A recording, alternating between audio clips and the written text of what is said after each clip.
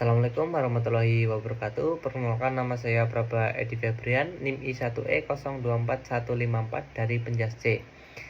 Saya ingin memaparkan terkait pengertian kurikulum.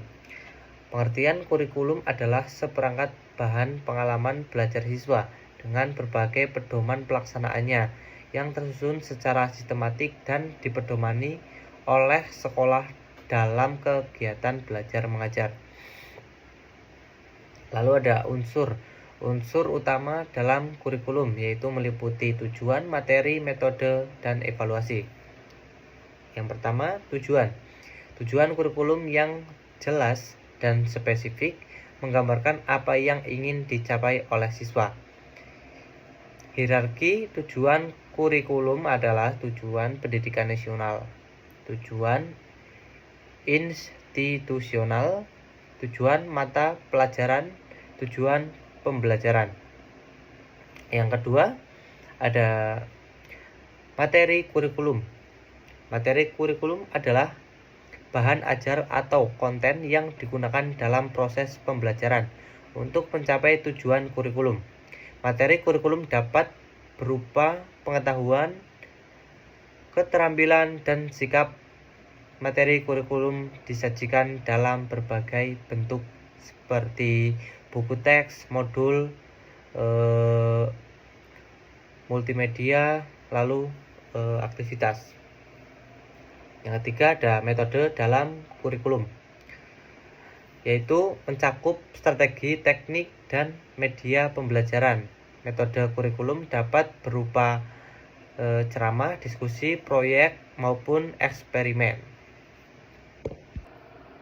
Selanjutnya ada evaluasi kurikulum, merupakan proses penilaian sistematis dan berkelanjutan untuk menentukan efektivitas kurikulum dalam mencapai tujuan pembelajaran. Evaluasi kurikulum dapat dilakukan untuk menilai efektivitas kurikulum, apakah kurikulum sudah mencapai tujuan yang diinginkan, mengidentifikasikan kekuatan dan kelemahan untuk sebuah perbaikan, mengambil keputusan pengembangan dan perbaikan kurikulum. Tujuan kurikulum yaitu dalam pendidikan untuk mengembangkan pengetahuan, mengembangkan keterampilan, mengembangkan sikap, mempersiapkan siswa untuk masa depan, meningkatkan kualitas hidup. Tujuan kurikulum juga terbagi menjadi beberapa kategori, yaitu kognitif, afektif, dan juga psikomotor.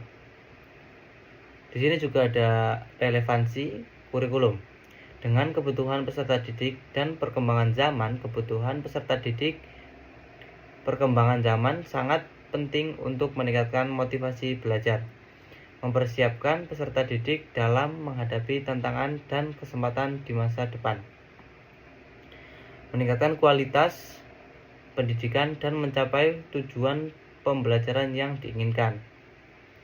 Untuk mencapai relevansi kurikulum perlu dilakukan analisis kebutuhan.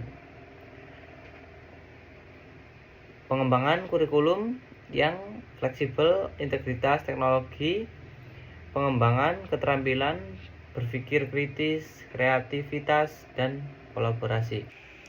Oke, selanjutnya ada contoh sederhana penerapan kurikulum dalam kehidupan sehari-hari. Saya mengambil tema mungkin lingkungan hidup ya. Mata pelajaran seperti IPA, Bahasa Indonesia, dan juga seni. IPA, siswa belajar tentang konsep lingkungan hidup, termasuk pengertian lingkungan hidup, komponen-komponen lingkungan hidup, dan pengertian menjaga lingkungan hidup.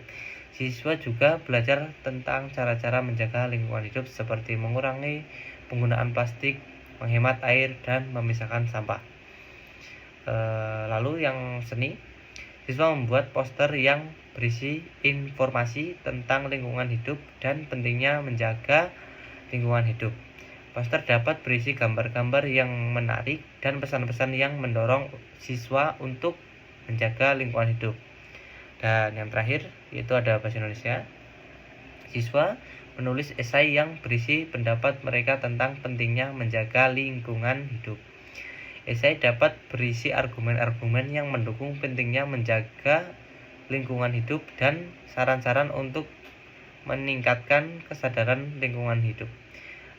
Mungkin penjabaran dari saya seperti itu terkait pengertian kurikulum. Terima kasih. Wassalamualaikum warahmatullahi wabarakatuh.